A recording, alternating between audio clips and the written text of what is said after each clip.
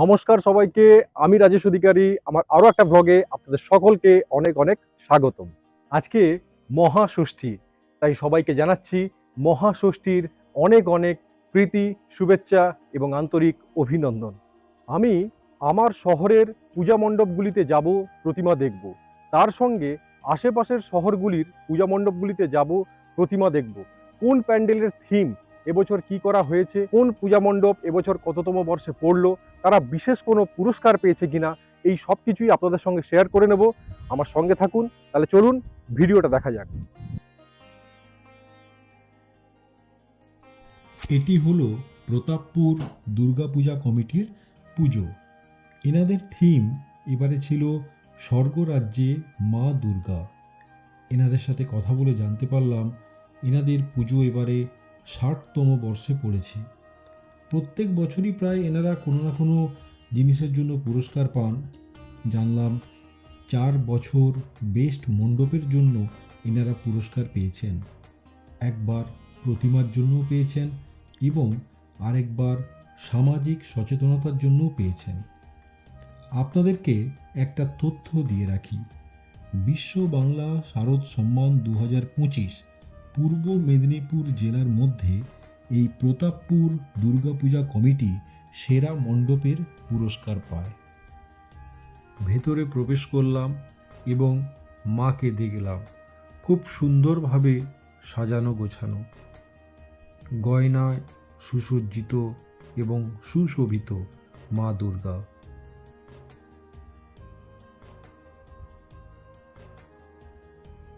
এই প্যান্ডেলের একটু উপর দিকে দেখলে দেখা যাবে থার্মোকলের খুব সুন্দর নিখুঁত কাজ। থার্মোকলকে খুব সূক্ষ্মভাবে কেটে তাকে সিলিংয়ে ঝুলিয়ে রাখা হয়েছে, দারুণ দেখতে লাগছে। তবে আমার যেটা ভালো লাগলো সেটা হচ্ছে এই ঘোড়াটা। এই ঘোড়া থার্মোকল দিয়ে তৈরি এবং থার্মোকলকে পেছনে মশারির সাথে চিটিয়ে রাখা হয়েছে, মানে ব্যাকগ্রাউন্ডে মশারি আছে, তার উপরেই থার্মোকলকে এইভাবে চিটিয়ে চিটিয়ে এরকম ঘোড়া তৈরি করা হয়েছে। সত্যি এটা একটা দারুণ হাতের কাজ, খুব সুন্দর একটা শিল্পকর্ম বলা যেতে পারে। একইভাবে ঠিক তার পাশেই এখানে দুদিকে একটা ময়ূর করা আছে এবং সেখানে আলোর কেরামতিতে আরও ভালো লাগছে। এই প্রতাপপুর দুর্গাপূজা কমিটির পুজোর ঠিক পাশেই আছে একটি শীতলা মাতা মন্দির। তার নাম প্রতাপপুর শীতলা মাতা মন্দির। পুনর্নির্মাণ হয় 2025 সালে। দেখা মাত্রই ছবি তুলে নিলাম জয় মা শীতলা। এই মণ্ডপটি থেকে ঠাকুর দেখে বেরোনোর পথটাতে এই রকম থার্মোকলের বাটি দিয়ে একটা দরজার চৌকাঠ করা আছে। এই বাটিগুলোতে সাধারণত আমরা ঘুগনি বা এই ধরনের কিছু খেয়ে থাকি মেলাতে, পাপড়ি চাট, তো সেই সব জিনিস দিয়েই যাওয়ার গেটটা তৈরি করা।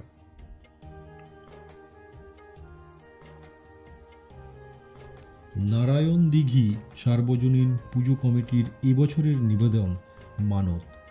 মানত মানুষের বিশ্বাস আর ভক্তির গভীর প্রকাশ, যা এমন একটি প্রথা যেখানে মানুষ কোনো দেবদেবীর নিকট অথবা অলৌকিক কোনো শক্তির নিকট নির্দিষ্ট কোনো মনোবাসনা পূরণের জন্য অঙ্গীকারবদ্ধ হয়। তবে মানত শুধুমাত্রই কোনো ধর্মীয় উপাচার নয়, এটি মানুষের আশা, আকাঙ্ক্ষা, ইচ্ছা, নির্ভরতার প্রতিফলন। মানত মানুষকে একে অপরের সঙ্গে নিবিড়ভাবে যুক্ত করে নিজেদের বিশ্বাসের জায়গা থেকে। তাই নারায়ণ দিঘি সার্বজনীন পূজা কমিটির এবছরের নিবেদন হল মানত, ঈশ্বরের প্রতি মানুষের আত্মিক যোগ আর সেই ব্রহ্মের প্রতি অদম্য বিশ্বাসকে প্রণতি করে। আমরা যখন প্রবেশ করেছিলাম তার ফিতে কাটা হয়নি, তার নিচ থেকেই আমরা যাই, গিয়ে মাকে দর্শন করি। খুব সুন্দরভাবে সাজানো হয়েছে এবং এখনও কিছু কাজ বাকি ছিল, সেগুলো করা হচ্ছিল। আর ভেতরের দর্শনটা খুব সুন্দর, মানে অ্যাকচুয়ালি মানত করতে গেলে আমাদের যা যা প্রয়োজন হয় সেই সব জিনিস। এই হচ্ছে মাদুর, সেই মাদুরের গায়ে ওং লেখা আছে। এছাড়াও এই কক্ষের মধ্যে মালসার গায়ে চোখের ছবি আর আসন আরও অন্যান্য কি জিনিস সাজানো হয়েছে। সব মিলিয়ে খুব ভালো লেগেছে।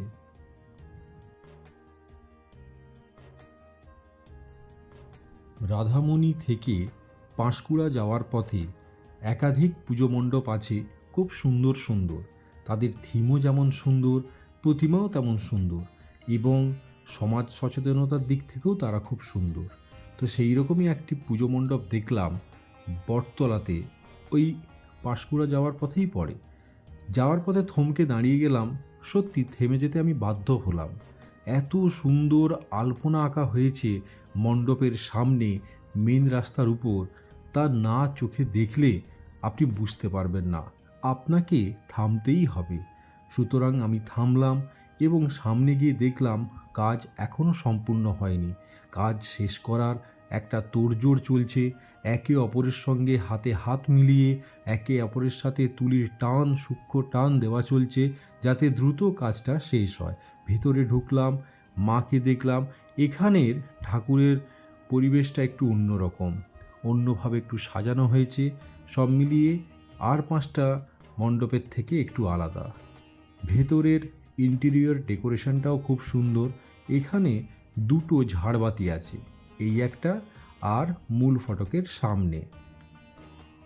এছাড়াও উপর থেকে সোলার জিনিস ঝোলানো আছে। খুব সিম্পল, কিন্তু দেখতে কিন্তু বেশ ভালোই লাগছিল। তাই কিছুক্ষণ এই মণ্ডপের মধ্যে ছিলাম, ভালো লাগলো। এখানেও আরও একটা জিনিস করা হয়েছে, সেটা হচ্ছে বারোয়ারি। বারোয়ারি জিনিসটা কি, কোনো সামাজিক, রাজনৈতিক বা পৌরাণিক কোনো কিছু দৃশ্যকে তুলে ধরা হয়, যাতে আমাদের সমাজের কাছে সেই বিষয়টাকে তুলে ধরা হয়, সেই রকমই কিছু জিনিস এই বারোয়ারি। সব মিলিয়ে আমার তো এই পুজোটা খুব ভালো লেগেছে। পুরুষোত্তমপুর শকুন্তলা রাস্তা নবপল্লী, এই যে পুজোটা হচ্ছে, এটা একদম পাড়ার মধ্যে, ঘরোয়া, খুব সুন্দর। সেরকম বিশেষ কিছু নেই, তবে ভালো লাগলো বেশ। ঠাকুরের মধ্যে একটা সাবেকিয়ানা আছে। মায়ের মুখ খুব মিষ্টি, এবং আরও ইন্টেরিয়র ডেকোরেশনস থেকে শুরু করে এভরিথিং, সব কিছুই আমার খুব ভালো লেগেছে। তাই বাধ্য হয়েছি থেমে দাঁড়াতে।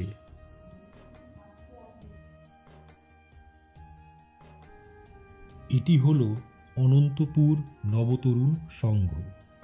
ওনাদের ক্লাবের লোকেদের সঙ্গে কথা বলে জানতে পারলাম যে এটি 25তম বর্ষে পড়েছে। প্যান্ডেলের থিম ওনারা করেছেন সাবেকিয়ানা। আমি এটাও জানতে পারলাম 2024 সালে শ্রেষ্ঠ প্রতিমার ওনারা পুরস্কার পেয়েছেন। যেহেতু এবছর 25তম বর্ষ, স্বাভাবিকভাবেই একটা জাঁকজমকপূর্ণ পুজো হবে এবং অনুষ্ঠানও হবে। অনেক দর্শনার্থী থেকে শুরু করে অনেক দর্শক, তারা অনুষ্ঠান দেখছেন এবং এই প্যান্ডেল দেখছেন।